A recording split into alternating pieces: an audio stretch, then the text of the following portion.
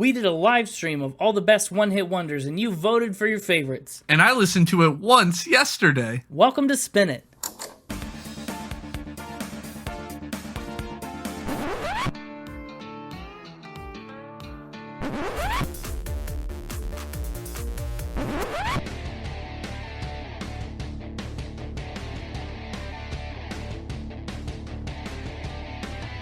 Hello, everybody. Welcome to the Spin It Podcast Bracket Challenge. Hello. Hi. There we go. Here we are, coming to you live from the Spin It Pod Arena.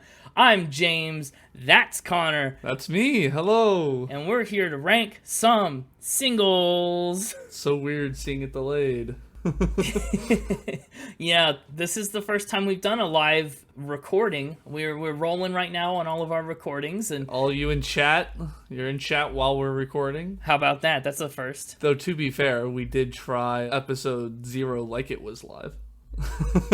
we tried and it didn't work out well. So this time we know better, and we're going to do this one like it's live, but then actually have a good, clean audio version that's very nice. I hope you're ready to rank some singles with us, because I know we are. We've done a lot of prep for this. Once again, you did most of the work, but I was there. Well, that's the way this podcast goes. I know what to expect by now. There may be some surprising decisions that come out of this. We'll have to wait and see. And then let me preface by saying, we made a good, solid list of singles, I do believe. But we have a limited amount of time for this episode, and so we had to make some hard cuts. Plus, it had to fit onto a bracket. It did have to fit onto a normal-sized bracket. Some of our hard cuts, include songs like 1985, Never Gonna Give You Up. One thing that blew my mind, we were looking at singles to do for this, and there's a whole Wikipedia page of United States one-hit wonders. There are the 60s have some, the 70s have, a good chunk, and then the 1980s just have, a mile-long list of singles. It's a lot. It was absurd. It's overwhelming. And then, you get a handful into the 2000s and the 20-teens, but we didn't want to go too recent on our singles list because, how do we know they're one hit? Yeah, how old does something have to be a one hit, Yeah. So we mostly tried to keep it to early 20-teens or before to ensure at least 10 years of inactivity or low performance or whatever. You'll notice on our bracket that we did pick a handful of songs from each decade. You can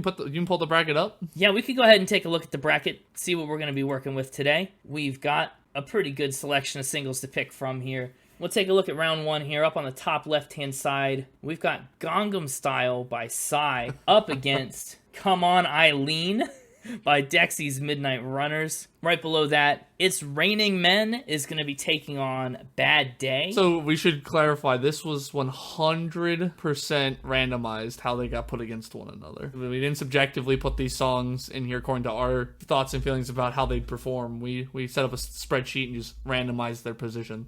Absolutely, yeah. So we did make sure we had some really interesting matchups here. I think some of these are very tough. Yeah. The toughest of them all, spoiler alert, for me was Stacy's Mom versus Sale, of all things. Oh, really? Yeah. That's a surprise. We'll get to that. So we did have to make, like I said, some tough cuts, and mostly the tough cuts came because we had to do decades. We wanted to spread across the decades, because we had so many from so many decades. Psy's not a one-hit wonder. In America, Psy is more of a one-hit wonder. That's the other thing, too, you could make arguments for some of these artists and songs. Like Owl City has other songs and other albums that I like, that I know, but, it's just not a hit. The criteria can differ. It was a tough call. Never Gonna Give You Up was going to be on here. I was really tempted to put it on here, and I tried. I lobbied for it. Yeah, I think the three that didn't make it on there that I was most upset with were Never Gonna Give You Up, 8675309. Yeah, that was a big one, too. That was a big one. And Precious and Few, which is one of my favorite one-hit wonders. Yeah, but let me keep going through the list here. We're going to have Stacy's Mom up against Sale, like you said. Yep. We're going to have Breakfast at Tiffany's up against Magic. That is a hard round for me. I think that's a series of tough cuts. Then, over on the right side, we've got The Lion Sleeps Tonight up against Fireflies. We've got Closing Time up against Somebody That I Used to Know. We've got Rasputin up against Take On Me, and Tub Thumping taking on Black Betty. Bam Balam. Yes. Classic band pep tune. Tub Thumping? Yeah. Did you play Tub Thumping a lot in the band? Oh, yeah, absolutely. I can believe it. So anyway, kind of what we're looking at. I would like to take full credit for the bracket, by the way, in terms of its visual look. Yeah, you did do a good job visually. For once, I actually made a graphic. Most of our graphics are made by James. I made that one. It's true. And it looks great. So appreciate it and love it. And if you have any hate, still direct that at James. That's all his fault. Probably fair. That's probably fair. But it's a good looking bracket, and I'm excited to fill it out and have everyone vote on it. And, you know, we have a lot to cover. And again, this is an actual episode, so we probably need to jump into the actual bracket here and get talking about these songs, right? That's true. Yes. Let's go take a look at our first matchup here. Up first, we're going with the top. We're starting top left. Starting top left, I do suppose. In the Northwest, sure. We've got Gangnam Style versus Come On Eileen. That is the first round of the bracket. It's a tough first round. Also, for the record, Connor and I have each made our own brackets with our own picks. Oh, yes, we should do that. And at the end of the episode, we're going to compare our brackets with what everyone has voted on live and see who gets closest and earns the most point. Indeed. This Gangnam Style versus Come On Eileen, chat saying it's no competition, it's easy. We've got some dissent here too. Well, let's talk about it. Let's first look at these album arts here. Yeah. And also, I provided James, so James was so busy setting all this up, I had to write the rundowns for all the songs, and James has not read them, and I put my own little flavor in them, so have fun with that, James.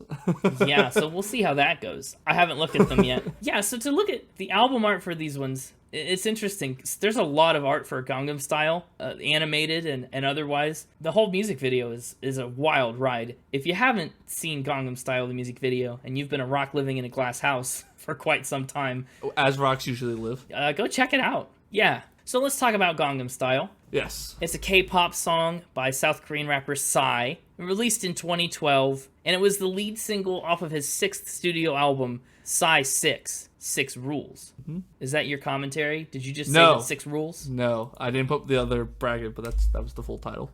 I think like 6 Rules was its like other name. Oh, I see. So this song, like we said, it's kind of impossible not to know if you were of age to know things in 2012.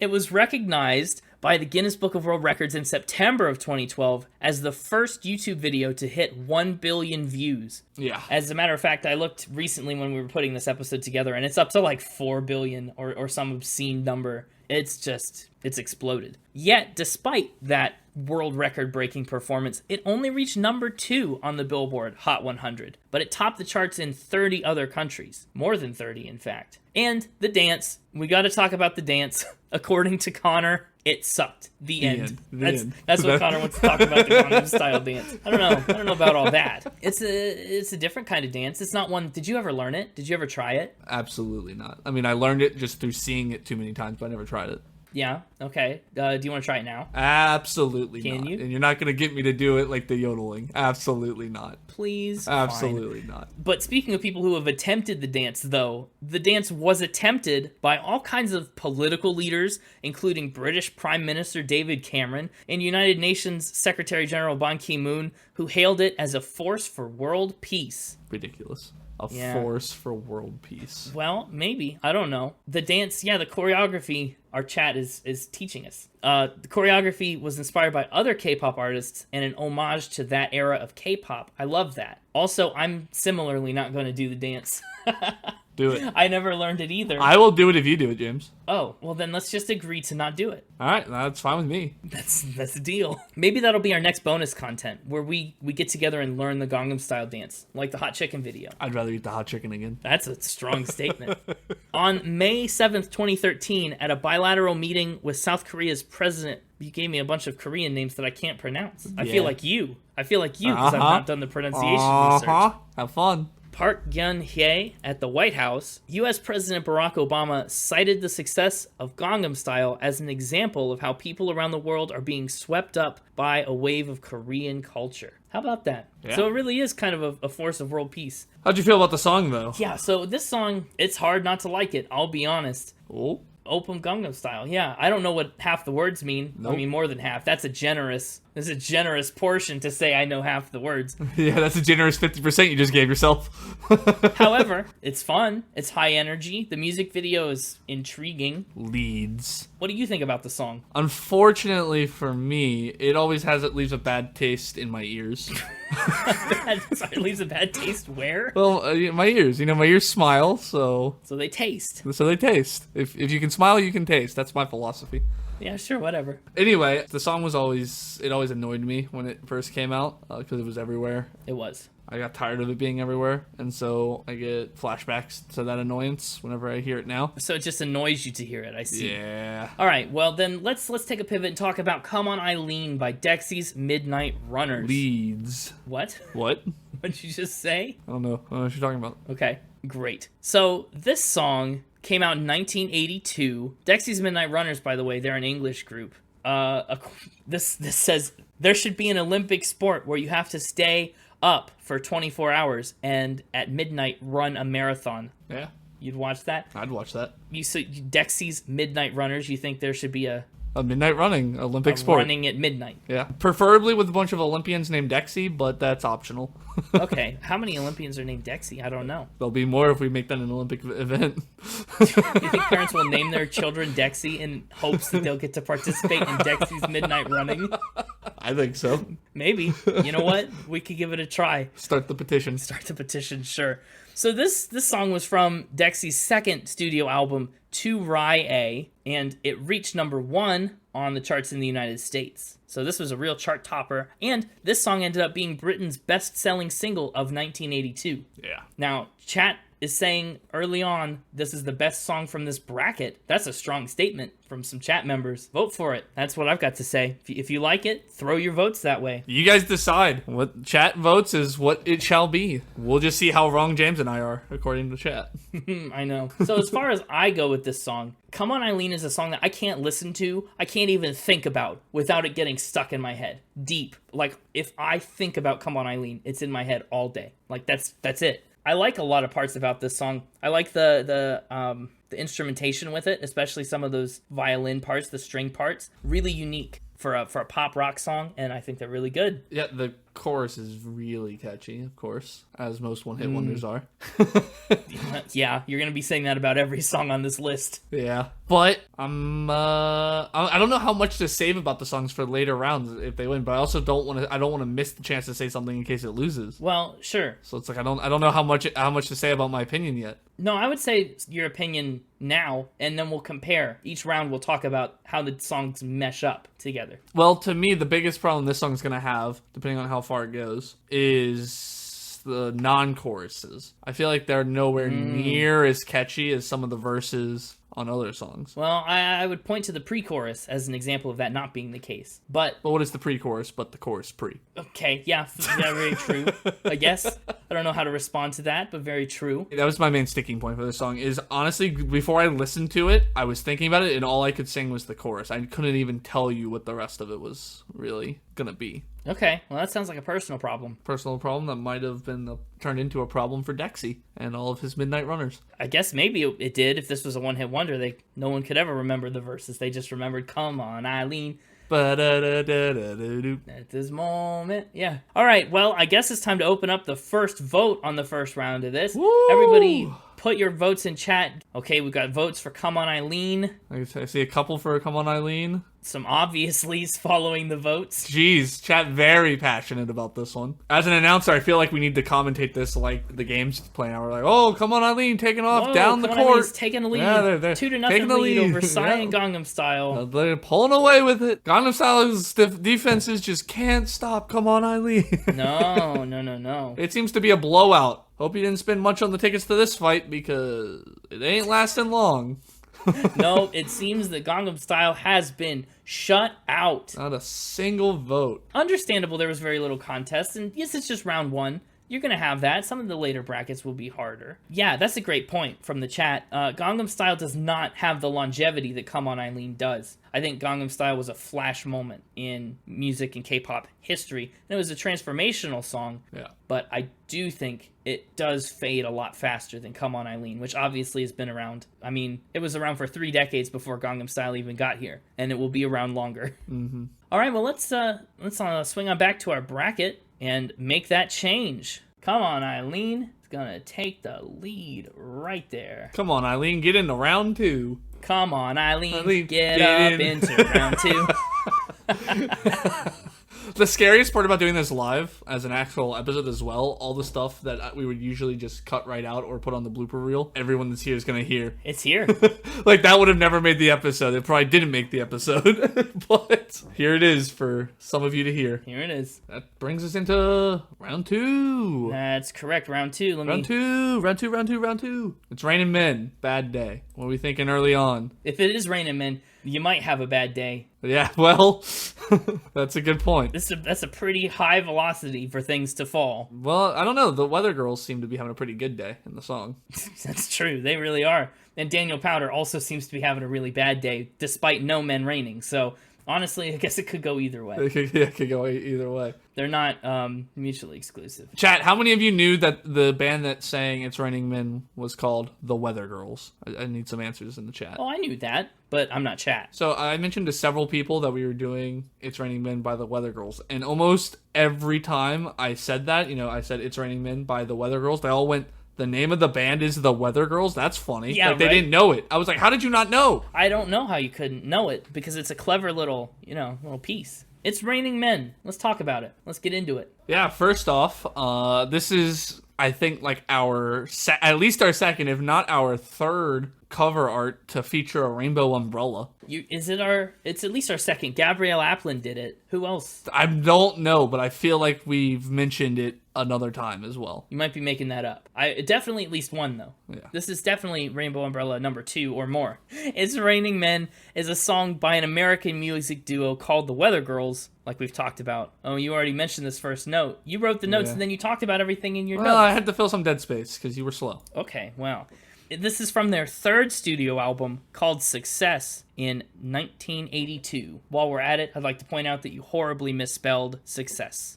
Yours looks like Success. I was going fast. There's only one C. That's not horrible as either. I just didn't click the second time on the C. Excuses. It's Raining Men was a number 1 dance hit in the U.S., and Connor's favorite music theory is that It's Raining Men and Let the Bodies Hit the Floor are about the same event from 2 very different perspectives. Am I wrong? Wrong?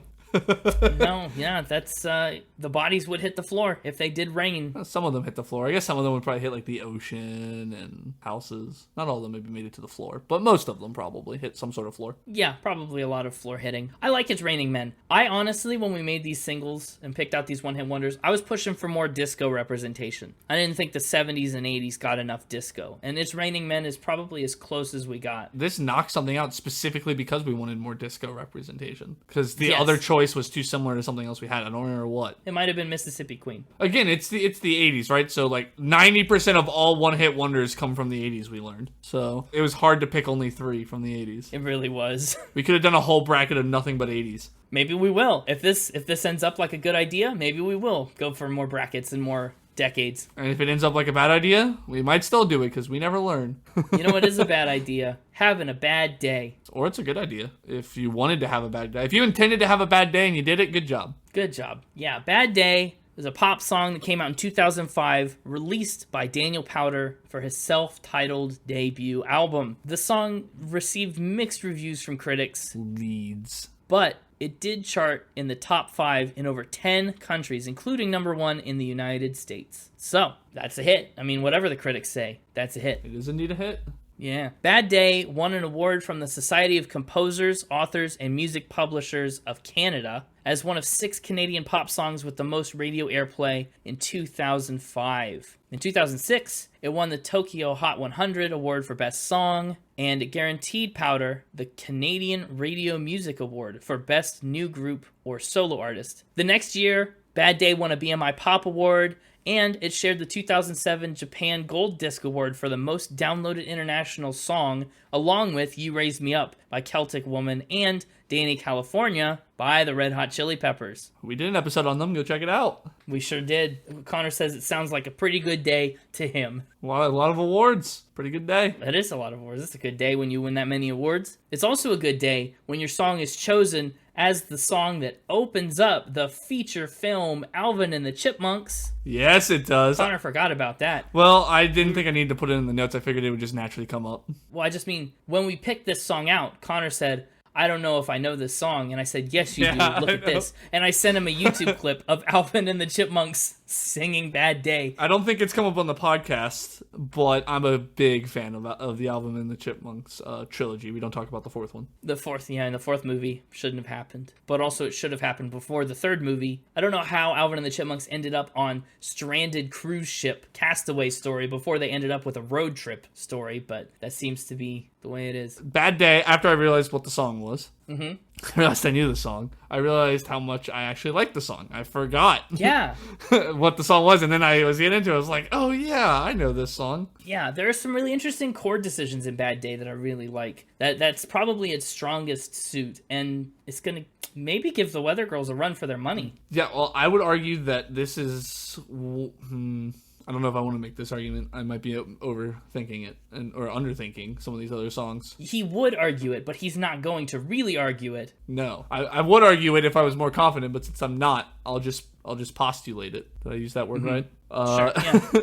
Maybe Bad Day has some of the most interestingly complex instrumental stuff going on. Out of all the one-hit wonders we chose, there's some fun, like you said, chords going on, some fun rhythms going on, even though it's a ballad. He does get some fun lyrical play. Yeah, I'd say one of the most.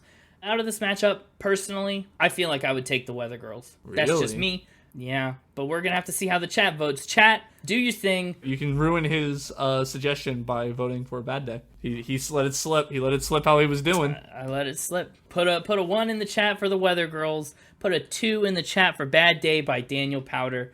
We could see whether it's raining men or we're having a bad day. I'm curious about this. Bad Day taking the early lead. Oh, we got to vote for Weather Girls. Here comes in Raining Men. Oh, Raining Men has tied it up. This is a split room. I think if we end up with a tie, you and I have to break the tie. I think that's only fair. We've got a tie to break, huh? I can't stand that song. Ooh, strong words coming from the ones. Chat saying songs can't be stood. There's alliances forming. It's a heated battle. Alliances forming. Oh, gosh. Seems to be that way. We'll have to see. If we seem to be neck and neck, neither song can get the lead. Hey, hello. Welcome to chat. You're just in time. We need a tie-breaking vote. Yeah, break the tie. Which song? Bad Day or It's Raining Men? Raining Men. See? Yeah, our tie-breaking vote goes to It's Raining Men. Wow, Raining Men. Whew. Going once, going twice. It's sold. It's all right, sold we're to sold. Rainin' Men. There we go. All right, let's go ahead and switch that up on the bracket. Up next on the bracket challenge, we got a real doozy here. This is a round that you said you were afraid of. You had a hard time. I'll be honest, the last round was the second hardest. This was the hardest for me. This is the hardest round for you. I can't believe Yes. that. Well, in this round, we've got Stacy's Mom by Fountains of Wayne going up against Sail by AWOL Nation. There were things I liked and things I hated about both songs, and so they stayed pretty deadlocked. Okay. See, chat's once again saying, how is this a competition? Chad is just hating these matchups. Yeah, I hope you made a good bracket, because it seems like your bracket may be lacking. So what did you hate about Fountains of Wayne? About Stacy's Mom? She's got it going on. It falls into a similar boat as Come On Eileen. It doesn't have the punch a lot of these one-hit wonders have. And like, you have the Stacy's Mom part where they really hit the chorus with the Stacy's Mom, blah, blah. Like, that part is... like, yeah, that's punchy, but everything that's not that is just, especially at the beginning, it's very soft in terms of its energy, in my opinion. Yeah, I'm gonna have to disagree. Chat says, I got a punch for you. That's absolutely right. I think this song's got way more punch than Sail. No. But when the drums do come in, they're muted and just kind of back there. They're not doing anything crazy. The bass doesn't really come in real heavy until the chorus. Like, the song takes forever to get punchy.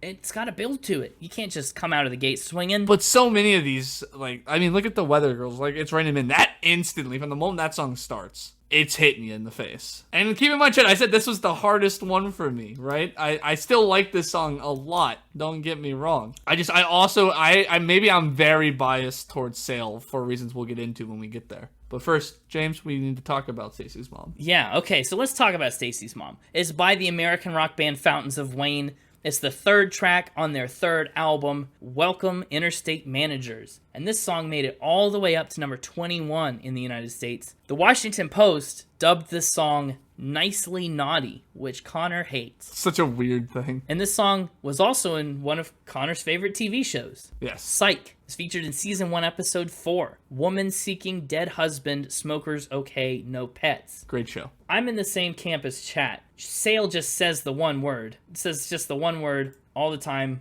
That's the hook of the song. Sail. Yeah, that's the thing I hate about it. Remember how I said I had things I hated about most songs? That's what the song is. How can you say that's the thing I hate about it? That's the song. No, there's more to it than just that. There's more There's more going on there. Don't smear Campaign Sail saying that that's all it's got going on. I don't think I need to smear Campaign Sail. I really think you're kind of alone on this one. Well, I'll be alone, but correct. Okay, well... And you don't even know which one I picked. I haven't even said which one I picked. I was simply pointed out what I didn't like about Stacey's Mom, and everybody assumed that meant I was picking Sail. Okay, you're right. I said I had things I liked and hated about both, and it was the toughest matchup. And you're all just assuming I'm picking Sail. I jumped the gun, I'll admit it, but still.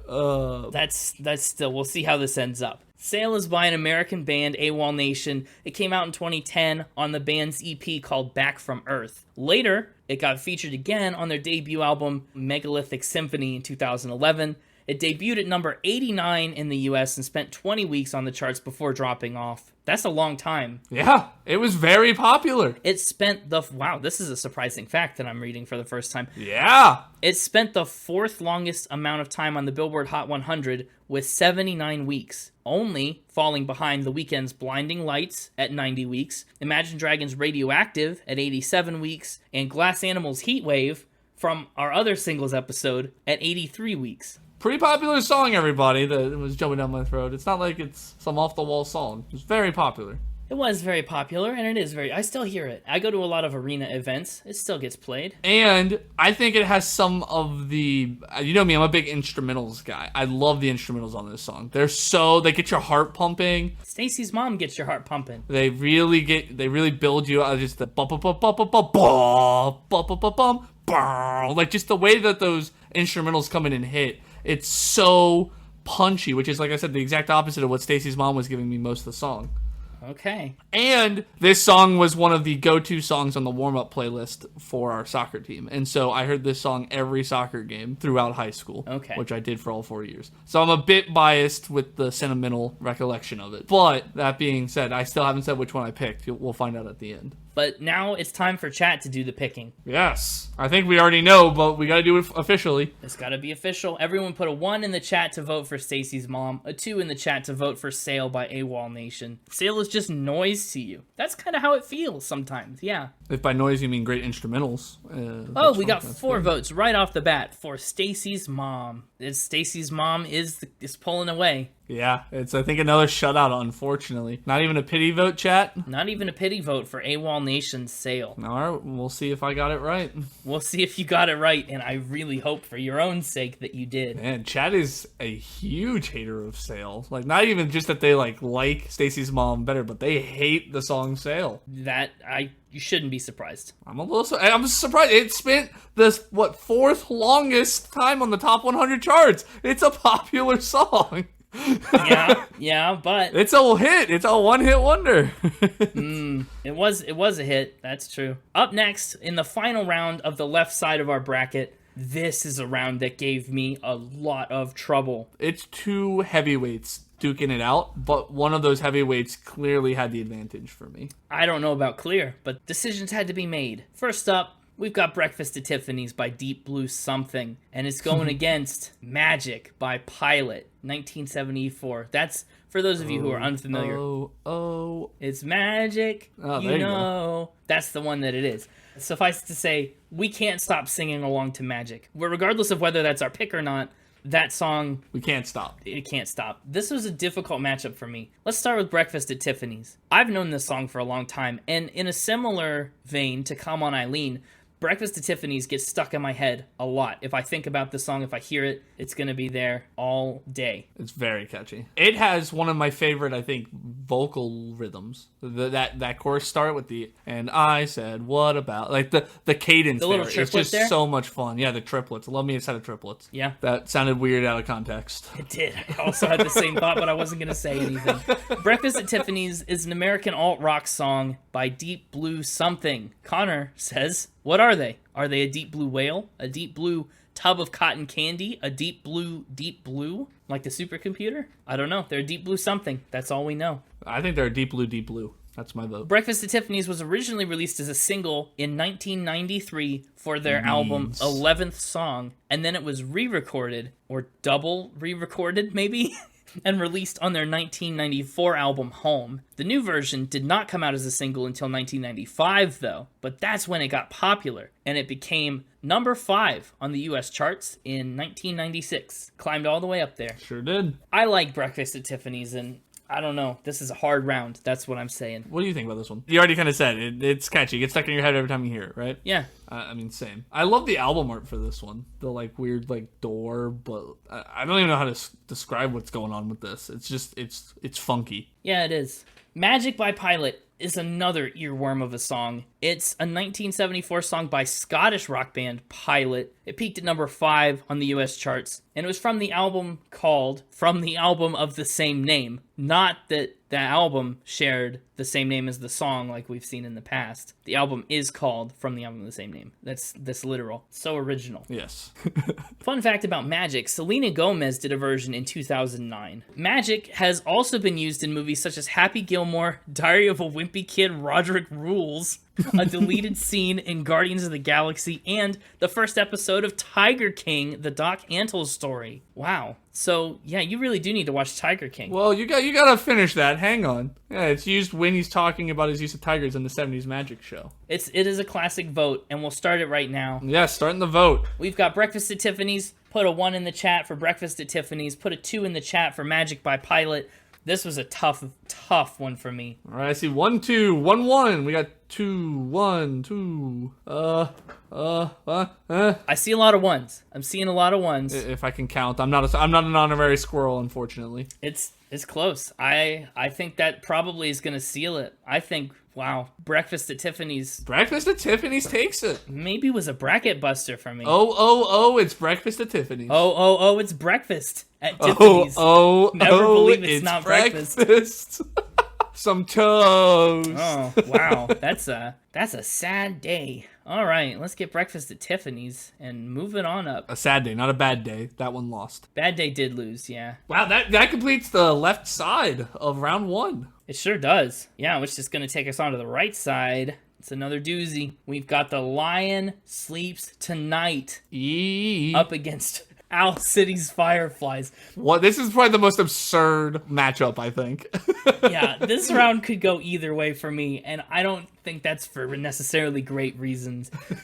The Lion Sleeps Tonight is a song that everybody knows, right? It's just everywhere. Fireflies by Owl City is just another song that got around. Oh, man. Would you believe your eyes if the lion was sleeping in the village? Maybe. Chat seems to be so divided on this. They're very good in very different ways, and that makes this a tough one. Leads. So let's talk about The Lion Sleeps Tonight. The single that we're talking about, the one-hit wonder here, is by The Tokens. It was originally written... Sorry, you gotta do a better job of typing your notes. This makes no sense. I was in a hurry! Originally written and Solomon Linda. Oh, should be by. Under the title Mboob. Nope, that's right. That one's right. Mbube is written by Solomon Linda under the title Mboob. Yes. In 1939, and it was originally written in the Zulu language. This version that we're talking about was recorded by The Tokens in 1961. The Tokens are a doo-wop band, and a record production company group from Brooklyn, New York. And I think you're right. Connor's note says, is this the first time a band has also been a record company on this podcast? And I think, yeah, I don't think we've seen that yet. Nailed it. Wow. So the band, the Tokens, actually, they don't have the rights to this song, and they never received any publishing credit for their original compositions. The band tried to sue for the rights decades later, but the case was dismissed due to the statute of limitations. It feels like that's the first time that statute's ever actually applied to anything. 9 times out of 10, they're like, oh yeah, statute of limitations doesn't apply here. It's like, I never see statute of limitations applied to anything, so it was interesting to come across it. Okay, good point, good point. So this song was the title track from their 1961 album, and in 1996 they released an album called Tonight, The Lion Dances. It was good to see that the lion was still doing well, up and moving. The lion woke up and started dancing. Yeah. The Lion Sleeps Tonight. I like it. It gets stuck in your head. Boy, what an earworm. Oh, it's so catchy. A whim away. A whim away, a whim away. It makes an appearance in The Lion King. Yeah, it does. And it's going up today against Fireflies. What a bracket. What a time. Fireflies that's tough. If you're on TikTok at all, you probably know. Actually, yeah, Fireflies is one that I've seen come up on TikTok. It came up in like an introvert party song where they just cut everything out except "I'd like to leave," which is hilarious. It's one of my favorites. So Fireflies is the debut single from the American electronica project Owl City and their debut album Ocean Eyes. Frontman Adam Young wrote about how he enjoyed the Fireflies in his hometown of Owatonna, Minnesota, and the rest of the track about seeing fireflies while he was awake with insomnia. And it's also got Matt Thisson producing and providing guest vocals. The song is built around what's been called a bleepy synth line, and it includes lyrics about insomnia, fireflies, and summer. Good stuff. And Connor says, imagine seeing fireflies when you couldn't sleep. Like, what a strange hallucination. I mean, like, of all things you could hallucinate when you're just, like, can't sleep, like, fireflies. And apparently, like, 1 million of them. Yeah. It'd be terrifying. No wonder you couldn't sleep. It would be tough. The song is kind of... It's a pleasant image, but it is a little bit of a nonsense song, because I get 1 million hugs from 10 million lightning bugs. I mean, it's cute. It's sweet, but I don't know where to take that. It's a bit buffoonish. Borderline buffoonery. Yeah. However, still so good. So catchy, though. But is it as good as a Wimbo Wep, a Wimbo Wep, a Wimbo I don't know. That's for chat to decide. I'm torn on this one, and I think Fireflies perfectly encapsulates like that soft electro pop vibe of 2009, you know? But The Lion Sleeps Tonight is just...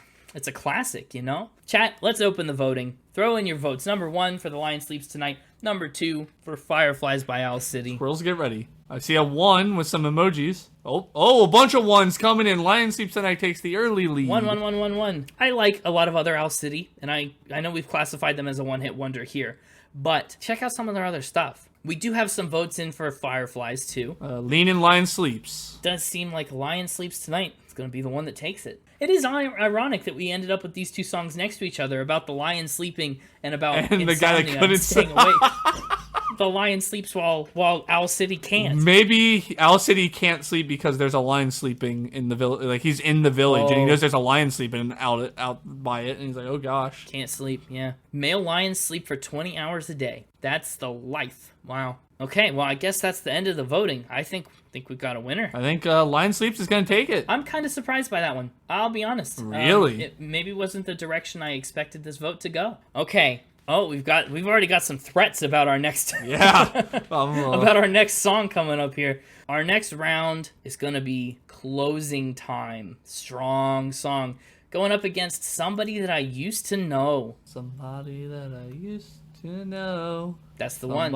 If you've ever closed down a bar, you've probably heard Closing Time. It's the quintessential song for that kind of thing. Closing Time is by the American rock band Semisonic, released in 1998 as the lead single of their second album, Feeling Strangely Fine. And Closing Time went all the way to number 1 in the United States. Every new beginning comes from some other beginning's end is maybe the best singular stretch of lyrics that we're talking about on this entire One Hit Wonders episode. Whoa. You think it's better than a Wimbo Wep? I might give it the edge, yeah. I think a Wimbo Wep's the best single lyric on this entire bracket. Nothing beats a good old Weemba Web. Closing Time is a classic, and we've even had some input to try and put it on singles episodes before, and it didn't happen. So I was glad we got around to it here. The word on the street is that Closing Time is actually, I've heard people interpret it to be about the birth of a child in like an indirect way. And that's kind of the same thing we talked about with Haven't Met You Yet, where I'm not really sure that it is, but word on the street is that was the inspiration. Yeah. It's one of those ones that it fits in certain ways, but then it makes other ways worse.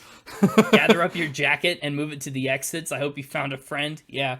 That verse kind of loses me a little bit, but we're out of here. Time for you to go out to the places you will be from. I don't know. I could see it in other ways. Let's talk about somebody that I used to know. Do you have strong opinions on this one? If you hate both of these songs. Yeah, so my first experience with this song was Glee.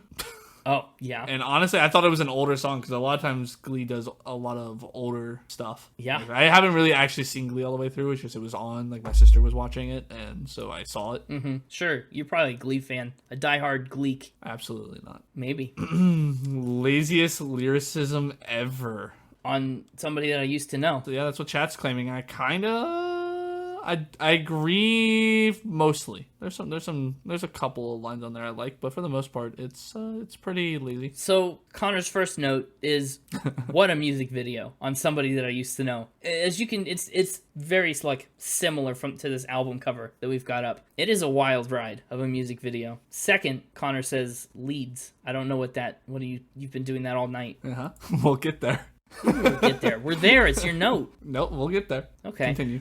So this song is by Belgian-Australian singer-songwriter Goat Ye featuring New Zealand singer Kimbra in 2011. It topped the charts in the United States, and it broke the top 10 in over 30 countries. So it was a big hit. I like somebody that I used to know. I don't like it as much as Closing Time. I'll be honest. We've both kind of said our pieces. I think it's time to open the votes. Get that vote voting. Number 1 for Semisonic's Closing Time. Number 2 for somebody that I used to know.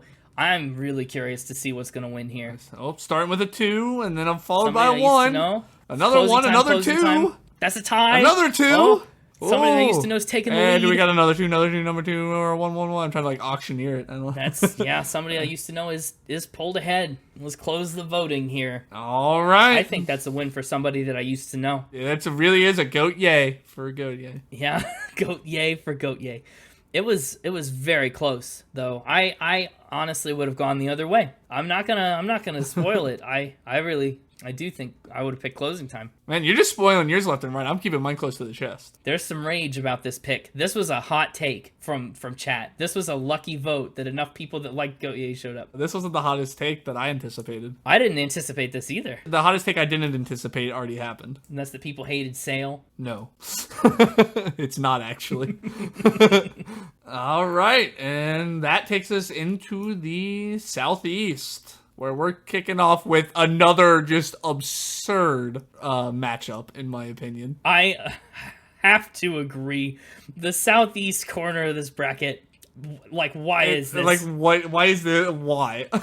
I'll be honest, I didn't even want to put some of these songs on. Rah Rah is right, because we're starting off with song number 1. Rah Rah Rasputin. Lover of the Russian Queen. He's a cat that really was gone. Yeah. Russia's greatest love machine. Russia's greatest love machine. That's what they say. By Boney M. Easy win. We got an easy win here. Woo! Against Take On Me by Aha. Whoa. I don't think it's as easy of a win either way. Maybe this is not going to go the way that I think it is. Take On Me also extremely catchy. I mean, as catchy as Rah Rah Rasputin is, Take on me. Like, everybody just belts that when that chorus hits anytime that song plays. I mean, I think it's tough. And here's the thing about this too. I just need to, just as a side note, if anybody ever rides in a car with me while Take On Me is playing, they're going to get a nasty surprise because I'm mute. I'm mute on that high note at least once every time. They're never expecting it. I just hang them out to dry. So if you're ever in a car with me, be warned. Be warned. It's kind of dastardly. The Mixtaper's rubbing off on you. Hey, he's not rubbing off on me. So let's talk about Rasputin, Lover of the Russian Queen. This song makes me want to say Rasputin every time I see his name, even though I know it's not what it is. I know. Well, it just rhymes so well. You got to groove out to the song. Rasputin is a pop / Euro disco song by the German-based group Boney M. According to Connor, every time he hears the name Boney M, he pictures a band of skeletons in disco outfits. I do.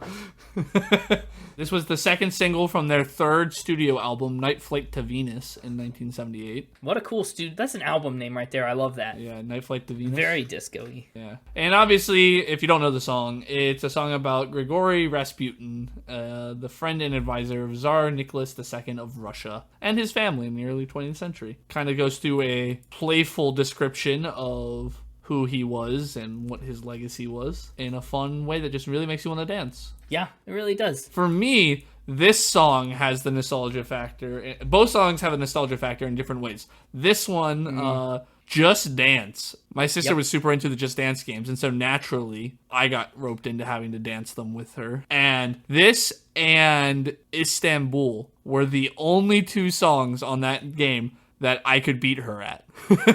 And so the rule was, anytime that she wanted me to... Okay, stop. You No, realize what's just been said. No. You realize, I mean, we gotta know how good you can dance to Rasputin. Oh, somebody that's got a working Wii or is broke. If you got a working Wii with that Just Dance game on it, I'll do it. But yeah, this in Istanbul, not Constantinople, was the only two songs I could beat her at. So the rule was, if I had to do Just Dance with her, I got to do both of those songs at some point in the rotation of songs. So you could get a win. I'd sit there and get my butt kicked on moves like Mick Jagger and all the other songs. Moves like Mick Jagger. But yeah, that's the nostalgia for me. Mm-hmm. Yeah, so let's talk about Take On Me. Oh, this is a heavyweight. Take On Me is. Huge heavyweight. It's a song by Norwegian synth pop band Aha. Came out in 1985. The original song didn't even chart in the UK, and it failed again when it was re-released in 1985. But they were persistent, and they re-released it again. Triple released, maybe? But it was released in 1985 as an international version, and then it finally broke out and hit number 2. The music video, is a big feature of Take On Me. It's like painstakingly animated from all these different drawings and stop motion techniques. Very cool. So this was almost a no-hit wonder until, third time's the charm. I know, imagine a world without Take On Me. If I had to guess, I would say Take On Me probably has the highest note that crowds will try and sing. That people will actively try to hit knowing they can't? Yeah. Yep. Yep. I think if you get it. into a crowd and you ask people to sing a high song, they wouldn't do it, except if you ask them to sing Take On Me, they'd do it. I think that does it for everything we've got to say. This is a matchup that's going to go one way or it's going to go the other way. Yeah. Let's take a vote. Let's hit it. 1's for Rasputin, 2's for Take On Me. Oh, some fast twos. Early Big twos. 3 Early Take twos. On Me. Take On Me is out to a strong lead. 2 is just destroying. Chad made it sound like this was maybe going to be closer, but... I'll tell you what, the myth is that Rasputin is unkillable. That does not seem to be the case. Rasputin's going down without a fight. Rasputin said, I'm invincible, and Aha said, yeah, take on me. I guess so. I'll take you. Oh, yeah, and take them it did. All right, let's get Take On Me and take on to the next round. We're getting down to the wire here. All right, so up next in the bracket, we got another hard round for me personally. I wasn't sure how to go about this one, but we've got Black Betty by Ram Jam, and we've got Tub Thumping by Chumbawamba. Ooh. Tub Thumping, it gets knocked down and it gets up again. We're never going to keep it down. So it's going to be tough. Tub Thumping is a song that I've just jammed out in the car like this. You know what I mean? You just rock out. Can we sing them? Hey, Black Betty, ramble. That's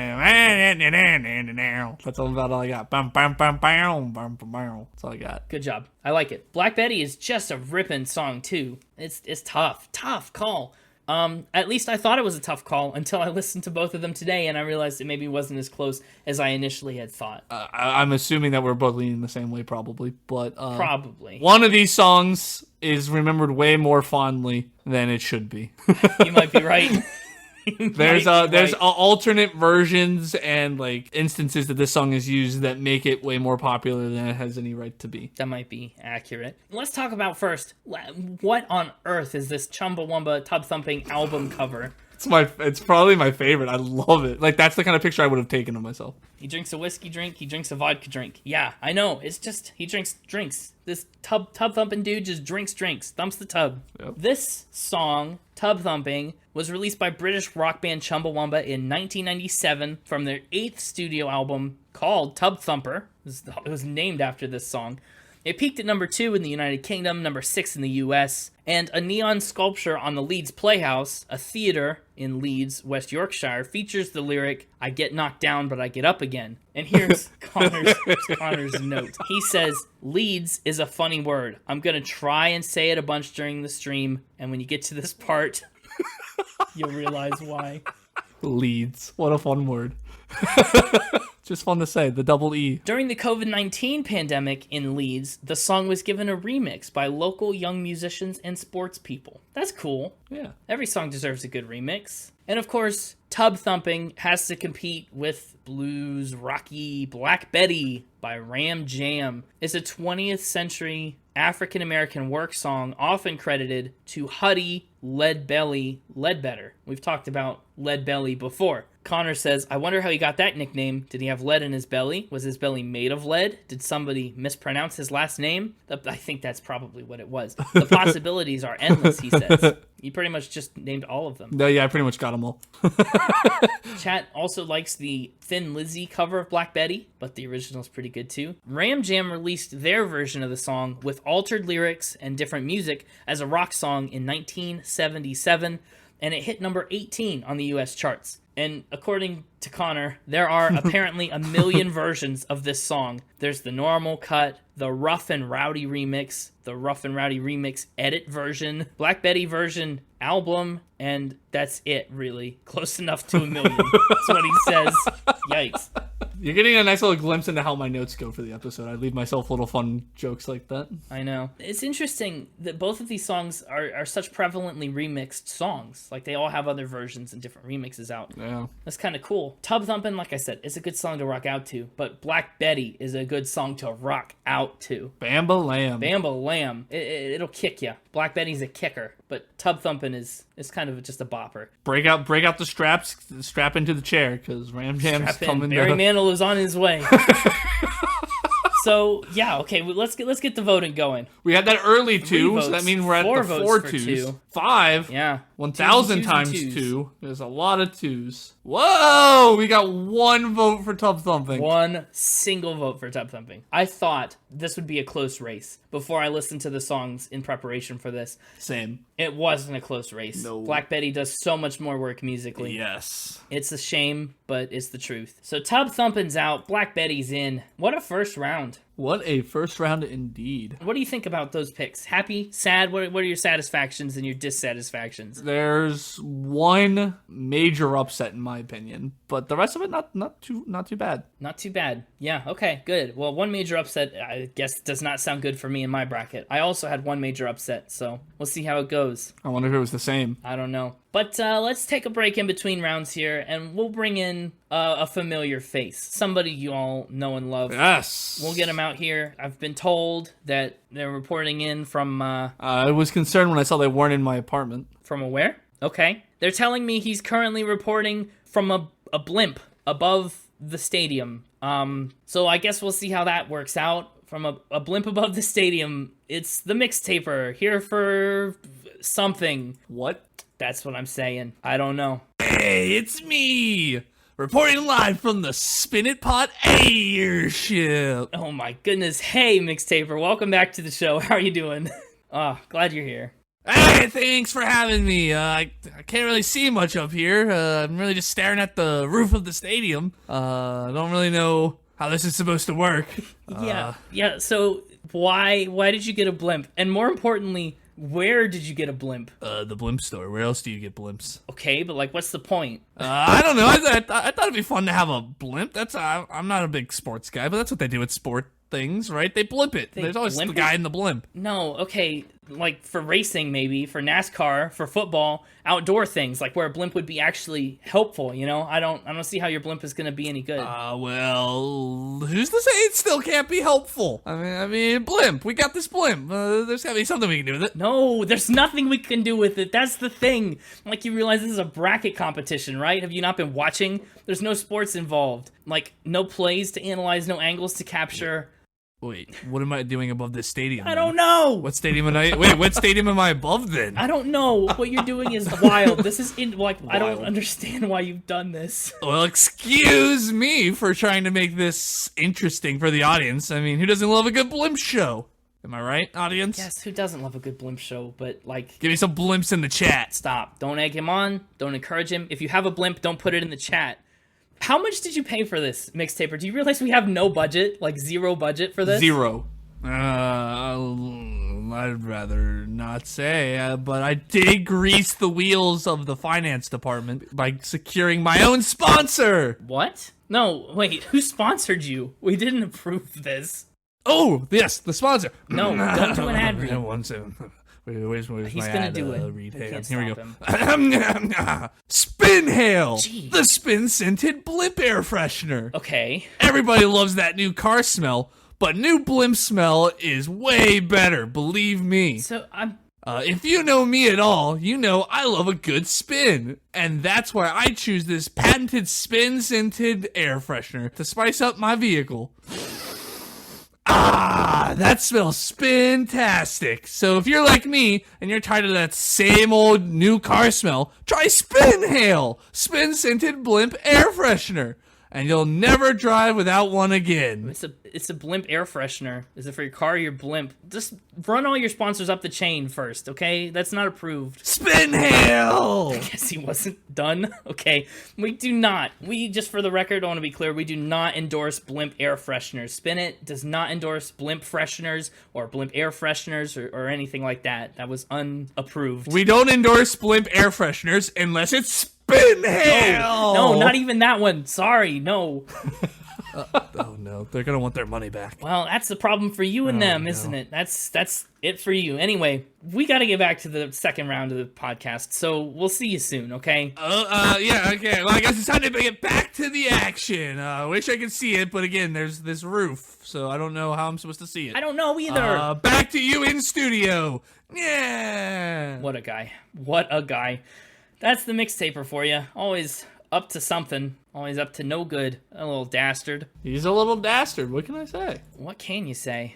Well, I suppose we should get on back to round 2. Sorry, Spin Hail, not a sponsor. I guess apparently a sponsor of the Mixtaper, though. Let's take a look at the bracket. We've got a tough round coming up right off the bat. Yeah, we do. 2 80s. Hang on, let's just analyze this real fast. All of the 80s made it through. Didn't they really? Yeah. We actually ended up with representation from every decade? Question mark? Am I seeing one missing? Nope, looks like they're all there. That looks to be the case. The 80s have a bit of a lead here in terms of probability of winning. Yeah. But like you said, one of them's about to get knocked out is Come On Eileen goes against It's Raining Men. Yes, that is right. That is where we're at right now. So let's get your thoughts here. How do these two songs stack up for you? Well, you already know how I feel about Come On Eileen. I do, yeah. Outside of its chorus, I couldn't even remember most of the song going into it. Can you remember the verses of It's Raining Men? And also, you're a person who hates talking in songs. And that's... It was also on Just Dance. So... Okay, so you're just voting for songs based on what you liked in Just Dance. I'm not saying I vote which one I'm voting for. I'm simply saying I knew that song. But also, again, it punches you in the face right away. It does. That energy is just up. This is a tough call. 1982 and 1983, we will be eliminating an 80s with this round, regardless of what happens. This is a much harder choice. As it hopefully should be. It should get harder the farther in we get. That's the idea. Ideally. I think in this matchup, I like Come On Eileen still. I'm sad to lose the disco bit of the Weather Girls, the R&B, soul, funk, but... I'm not actually surprised by that, knowing your music tastes. I'm not surprised by that. Don't be surprised. It's Raining Men does have a good energy to it. It's very much more like the upbeat song. Come On Eileen is just an earworm to the highest degree. I don't know about the highest. No, the highest. I think there's some earwormier stuff coming up in a little bit. We'll see about that. All right. I suppose we should open up the voting. Get round 2 underway. It's Raining Round Men, 2. Dexy's Midnight Runners, Come On Eileen. We got some ones. 3 ones. 2s are pulling ahead. Come On Eileen is pulling ahead. If it's Raining Men wants a chance, the ones need to step it up. It seems like it's coming down to the wire. Come On Eileen's gonna win this one decently handily, although it's a shame to see It's Raining Men go. It is a shame. Yeah. Come On Eileen moves on to the next round. Up next, we should have Stacy's Mom and Breakfast at Tiffany's. Yep. This is one hard matchup. Maybe not for you, Mr. Stacy's Mom hater. For me, this is a hard matchup. I'm not a hater. I like them both, and I hated things about both. I like them both, and I hate them both. I think, though, I'm going to let a little something slip. I think I am a little more partial to Breakfast at Tiffany's. Oh, what about it? I think... Get it? Because what about Breakfast at Tiffany's? Again, I think it comes down to the vocal rhythms going on in Breakfast at Tiffany's. They're just so unique and fun with those triplets. Yeah. And I think once you're used to the rhythm, it's equally as catchy as Stacy's Mom. The chorus, specifically. Okay. What it comes down to for me is the part in Stacy's Mom that Stacy can't you see versus Breakfast at Tiffany's. And I said, what about Breakfast? Those are the 2 parts that are equivalent for me. Yeah. And it's tough to call which one's better. Stacy's Mom can get it, chat says, but I don't know if Stacy's Mom can get it more than Tiffany's Breakfast. How hungry are you? I have a hard time with this matchup. I could see it going either way. I made my pick on my own bracket that we'll talk about at the end, but go ahead and let's take a vote. For all you guys know, neither of these made it this far for me. Who knows? That could be true, and that'd be really wild. You did seem to love Sale and hate Breakfast at Tiffany's, so this round might be non-existent for you. We'll find out. We've got a lot of votes for Stacy's Mom right off the bat. Yeah, Stacy's Mom already eating up the majority of the votes. Already eating up breakfast. Stacy's Mom is having breakfast at Tiffany's. Yeah, she is. So I guess that seals it then. That seals it. Stacy's Mom got it going on all the way to round 3. Tough loss for Deep Blue Something here, as far as I'm concerned. I really was liking that one. But alas, Stacy's Mom is moving on to round 3. On to what I think is the easiest of the 4 matchups. You think this next is going to be a cakewalk? I think so. I think the next one's an easy win in my book. Put it that way. Okay. The next round of songs we got going on. The Lion Sleeps Tonight, our winner from the 60s, up against somebody that I used to know. 2011. These come from very different time periods. Yes. They're almost hard to compare because they're so far apart. They're as far apart as they could be on the bracket. Yeah, they really just about are, at least in terms of decades. Somebody that I used to know is like our 2nd or 3rd newest song. Yeah. I don't know how to even start with these. We've got some preliminary indications that The Lion Sleeps Tonight will be taking this one, but we'll have to do our official vote. I don't know. I do. Really? I really do. Lion Sleeps Tonight in this matchup takes it easy. Easy? I don't know about how easy. I don't know. How can you compare? Okay, sure, you got the Somebody That I Used to Know hook that is really catchy. But how do you compare that to a Weemba Wep or oh? Yeah, you're right. Every piece of The Lion Sleeps Tonight is infinitely more catchy than even the hook, which is the catchiest part of Somebody That I Used to Know. I'll disagree about that hook part, but taking a step back, I absolutely can understand, making the instrumentals on Somebody That I Used to Know just don't compare. They just don't. So, as sad as it is, I'm going to have to agree with you, and I think this one goes to The Lion Sleeps Tonight. Yeah, and I think Chad agrees with us. There's just a ton of ones. They've already voted. I don't see a single 2. Chat's already voted. Chat voted without us. We didn't even open it up, but the votes flooded in anyways. They knew. They stormed past the barricades and voted. And did it. And voted. Oh, that's a good strategy. You're voting based on what you would miss if you could never listen to or sing it again. Lion Sleeps Tonight is, in that criteria, should be everybody's win. Like I predicted, easy win. The easiest win. Lion Sleeps Tonight is proving to be a real underdog for my expectations. It was our only... Again, we had a hard time finding anything else for the 60s. That's why we're glad it worked out that we only needed one. But boy, does Lion Sleeps Tonight represent it well. Making it all the way to the semifinals. Yeah, impressive stuff. I don't want to say too much about my personal bracket, but you may not see results like this on the personal bracket. I have a feeling if I was guessing off of your taste, you went with Fireflies and Closing Time, neither of which moved on, if I had to guess. If you had to guess, that might not be the worst guess in the world, but you know what? That's a question for the end of the episode. Yeah. So it's going to be what it's going to be. Up next, Take On Me versus Black Betty. What a matchup. Tough. What a matchup indeed. These songs differ a lot. Yeah. We've got Black Betty, the nitty-gritty, the dirty, blues rock. And then we've got Take On Me, the Norwegian synth pop with the soaring vocals and the epic music video. I hate to eliminate either one of these, to be honest. Yeah. But I think it was I still think I hate to eliminate one of them, but after, again, stepping back and looking at them both, they're, especially using the strategy of which one would I miss more if I could never sing it again, I think there's a winner. There's a clear winner. Yeah, there's a clear one that I would miss more between Black Betty and Take On Me, even though it's so much fun to just scream out your bambalams and hit the high notes and Take On Me. I'm not going to say which one I would miss more. That's what I'm saying. You can make an argument for both. I think the problem with this is these are both one-hit wonders, but one is pretty more well-known than the other, I think, even though both are on a lot. Chat's starting to say, this is hard, I don't like this anymore. The rounds are getting difficult. Yeah, you all were being like, oh, this is so easy. Why is it so easy? It shouldn't be this easy. And now we warned you. It's tough. Careful what you wish for, chat.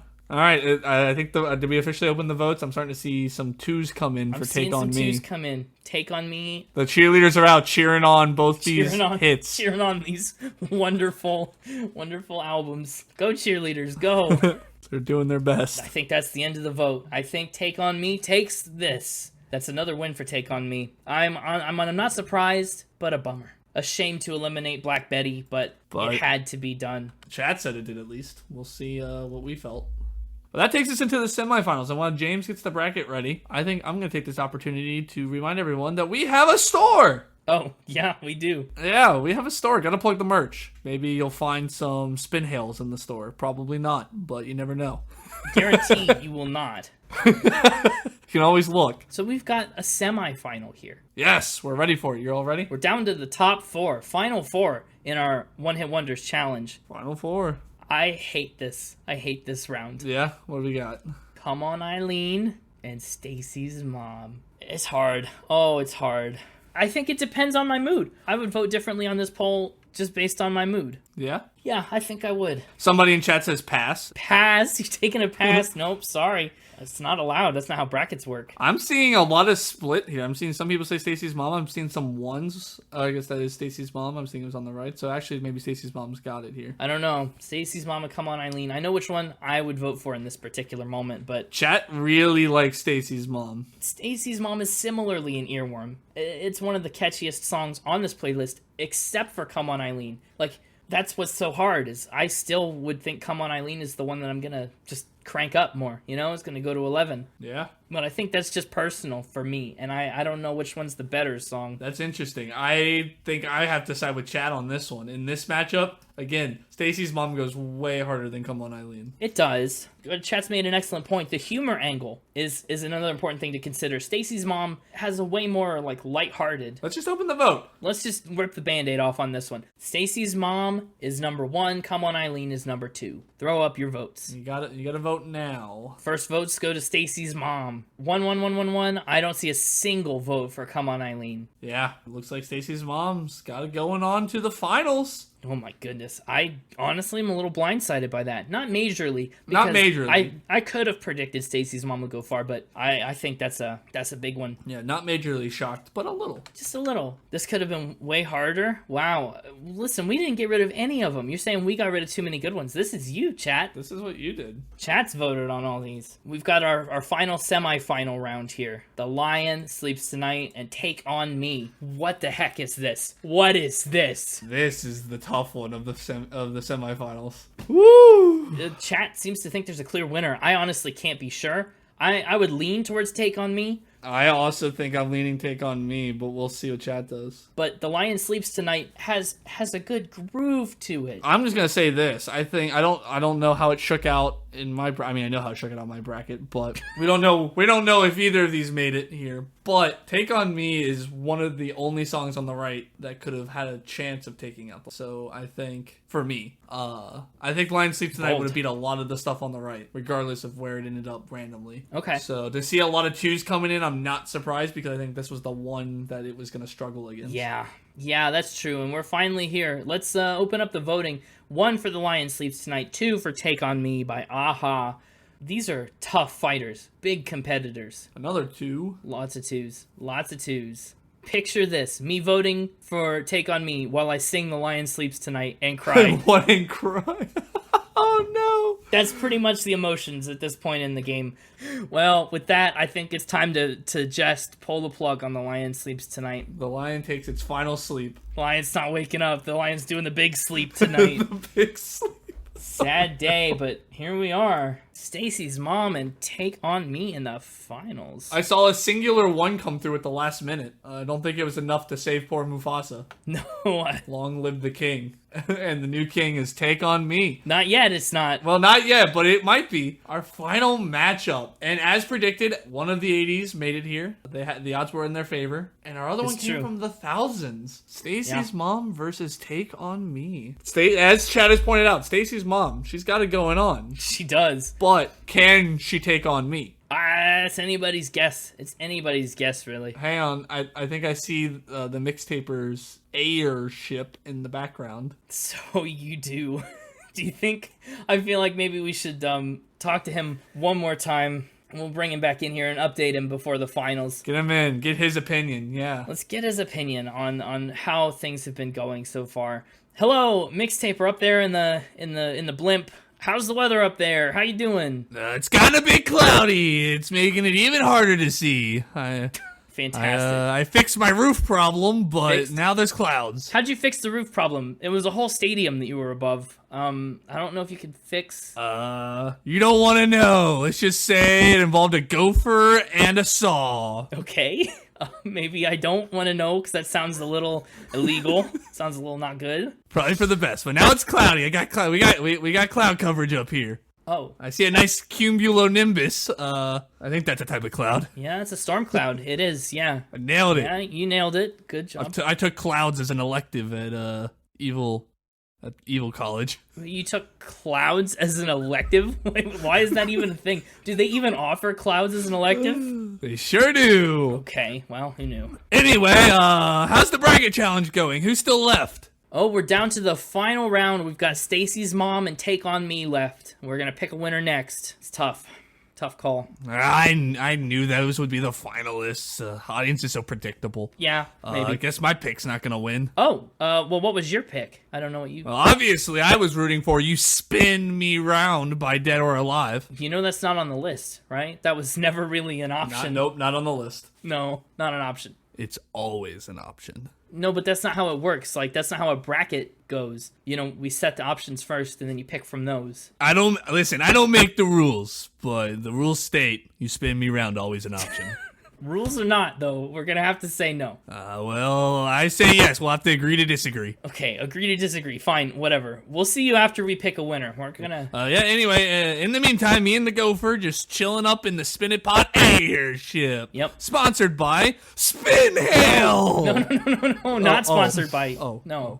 I forgot. Yeah, you did. I had this whole Oprah thing where I was gonna be like, you get a spin hail and you get a spin hail, but I guess that's all off. No Oprah. Yeah, that'll have to be all off. We're not gonna be able to do that. I'm sorry, buddy. No Oprah thing for you. Well, now I have an airship full of spin hails. I don't know where I'm gonna have to offload these. Good luck, I guess. I really don't know what to tell you. Well, I've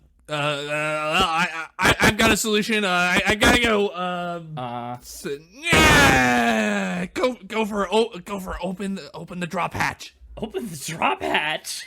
Okay. Well, it may not be raining men, but if you look up, it may be raining spin hails. We'll see how that shakes out. What a mixtaper. Honestly, I know we have our moments. We don't always get along, but I'm glad we have the mixtaper. He's a great third member of this podcast. I know, yeah. He took clouds as an elective, but not brackets. He doesn't quite get how they work. We're at the final round. Oh, the finals. Ba-da-dip-a-doop-a-doo. Here's what we're up against. We've got Take On Me versus Stacy's mom. This is it for all the marbles to become the first ever Spin It Pod bracket champion.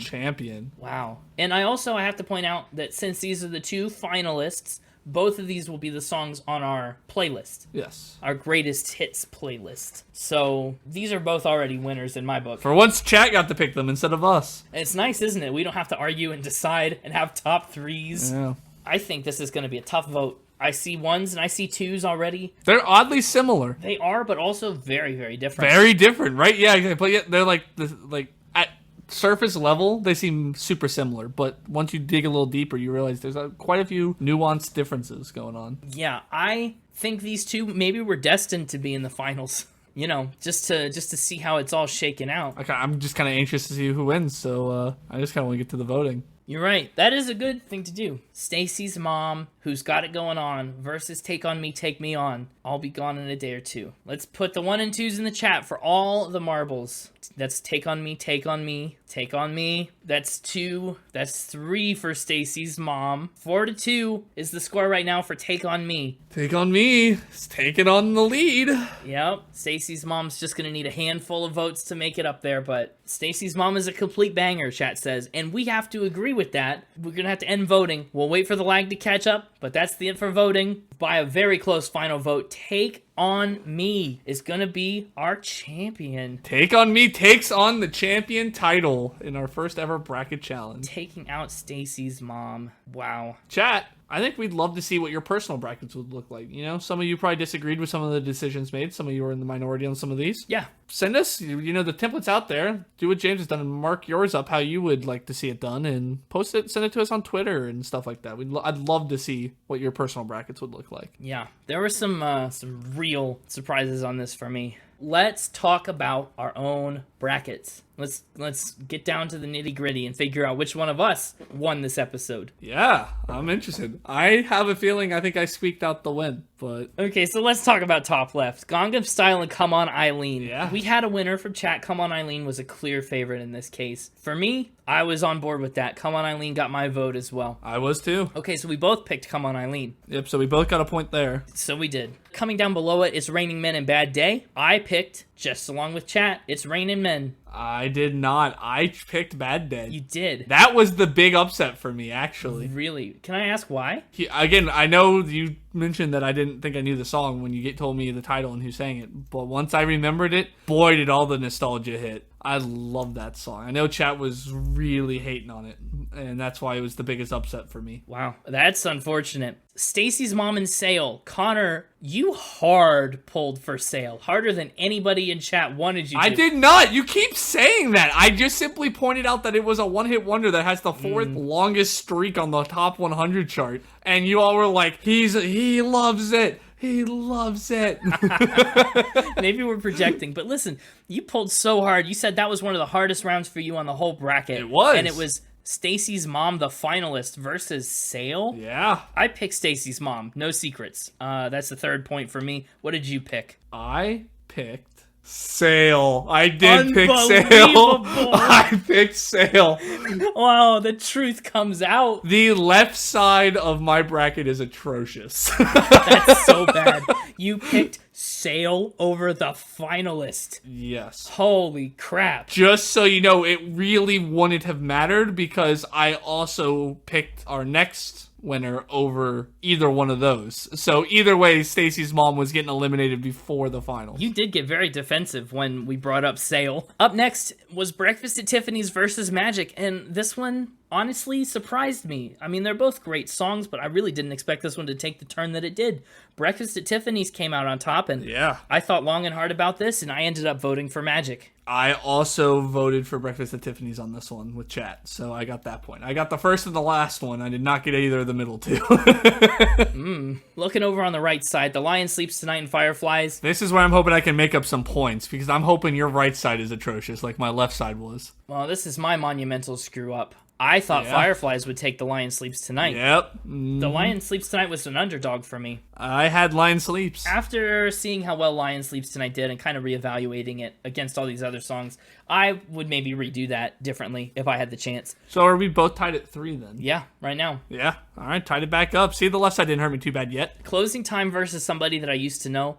Oh, I really did not think the Closing Time was going to get eliminated so early, especially against Somebody That I Used to Know. That's what chat voted. That's where we went, and I did not go that way. I picked Closing Time. I picked Somebody That I Used to Know. Goat yay for me. Point yay. Point yay. Great. Not Kanye. He needs to take notes. Take notes, point yay. Take. Up next, we had Rasputin and Take On Me, the matchup that never had a chance. Rasputin did not stand a chance against Take On Me. No, it did not. I don't think. And I think Chad agreed with me. It really got decimated. Yeah. No, I also went with Take On Me. As much as I love Rasputin. As much as you can move to Rasputin, I still need to see that dance sometime. Freshman year high school me does not want to live in 2022. Very fair. In that last matchup in round 1, Black Betty versus Tub Thumping, we all thought it was kind of clear after we re-listened. Yep. I think Black Betty took that for me, easy. Black Betty took that for you. So at the end of round 1, I'm up on you a point, 6-5. I do have only 5 points after round 1. But let's get back over to that left side where you really screwed up. Yeah. Come On Eileen versus It's Raining Men. I picked, along with chat, Come On Eileen to come out of this one. Yeah, because I had Come On Eileen versus Bad Day, right, in this? Yeah. Instead of Rain Men, and I went with Bad Day over Come On Eileen. That's also disgusting. We'll unpack that later, but gross. Up next, we had Stacy's Mom versus Breakfast at Tiffany's. I was going Stacy's Mom versus Magic, and here was a big screw-up moment for me. Ooh, did you eliminate Stacy's mom? I eliminated Stacy's Mom, and I took Magic. Ooh, that saves me. I really thought you were going to have Stacy's Mom going farther, at least to up against Come On Eileen. That's where I thought you would flip it, so I thought you were going to get a point from me there. I had Sale versus Breakfast at Tiffany's, and I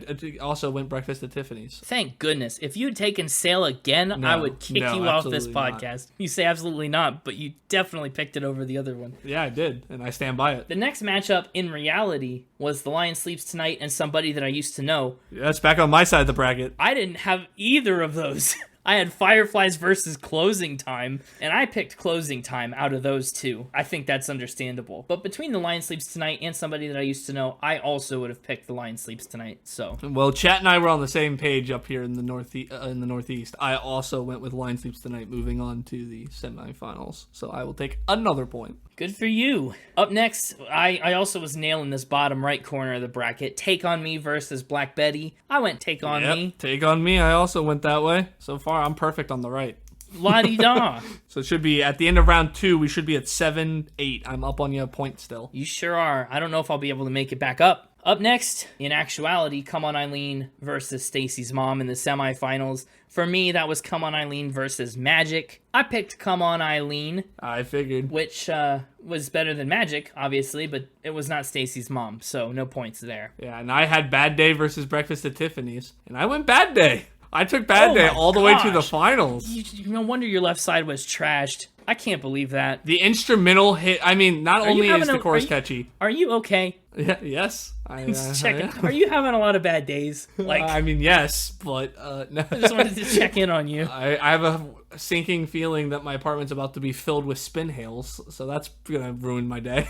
No, you dumped them out of the blimp. It's fine. Well, up next on the right side of the semifinals, we took on The Lion Sleeps Tonight and Take On Me. I had Closing Time in place of The Lion Sleeps Tonight, but I still voted for Take On Me. Okay, so you still get a point. I had the proper matchup of Lion Sleeps Tonight versus Take On Me, and in an upset... No, I actually took Take On Me. We're still good. Don't worry.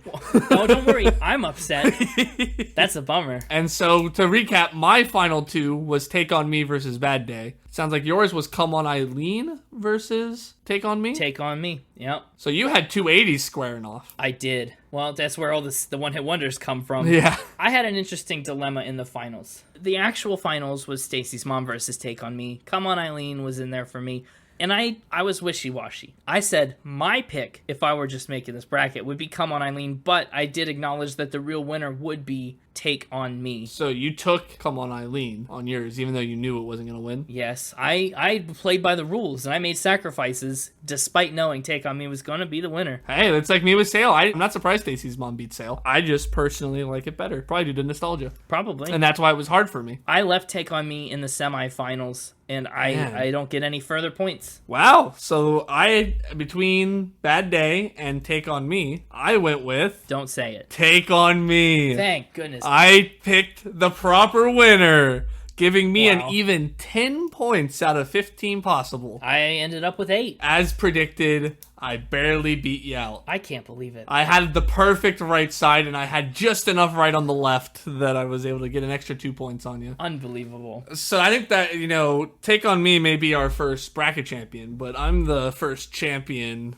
on our podcast. You earned it. That was a hard-fought fight. Wow, this was a lot of fun. I would love to do more of these in the future. This was so much fun. I like this live streaming thing and our singles episodes. We had some feedback about our singles episode format and some ideas about how to change it up. So A lot of the feedback was that it needed to be somehow more interactive with the listeners. And so we thought we'd try out streaming it. And brackets is just one of our many ideas for how to do singles. But it is a fun one. And if you liked it, let us know. So, also, before we wrap up, at least in terms of what's going to be on the episode this week, you and I have struck a bargain in our most recent episode. Yes. I made sure that Connor had to go back and listen to a previous Coheed and Cambria album and briefly give us his thoughts about it today. So please, tell us all about your experience with Coheed and Cambria's The Unheavenly Creatures. Yeah. And we need to keep it brief. It's brief comments. We can't go track by track. I actually listened to it in my car ride to work the last 2 days. I actually really liked it. I liked it a lot. Yeah?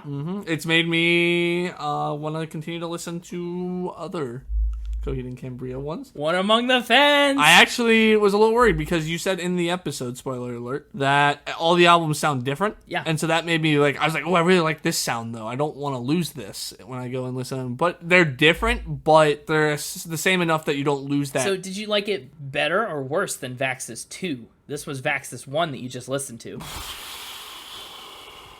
I'm probably going to have to give it another listen or so. Because, for Vaxis 2, I really, I was hard focused in, listening, taking notes, analyzing. I didn't have the time to do all that with this one. I just listened to it, any normal album. But I think it's going to have a hard time beating Vaxis 2, because some of the Vaxis 2 songs I really like. I mean, today at work, I was going around singing Comatose. I would just walk into a room going, Comatose.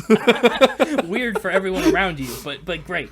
So welcome to the Coheed fandom. That's my thoughts on that. Exciting stuff. Hey, thanks for tuning in to this awesome live episode, our very first live recorded episode.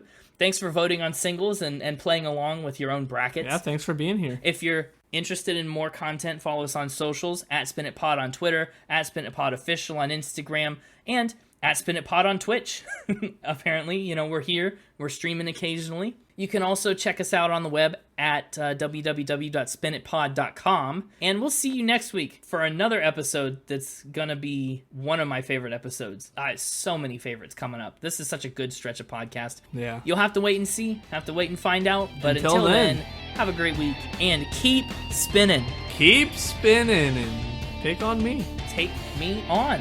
We need more bread-related content. We should do a bread-making stream. I don't think we should. You want to make pumpernickel bread? I think that'd be fun. I don't think we should. I think we should get the Mixtaper to teach us. What if? So that'd be a fun thing for the fall, I think. What if we each made bread this fall and then put it together into one instructional video where the Mixtaper would narrate it? I do like that.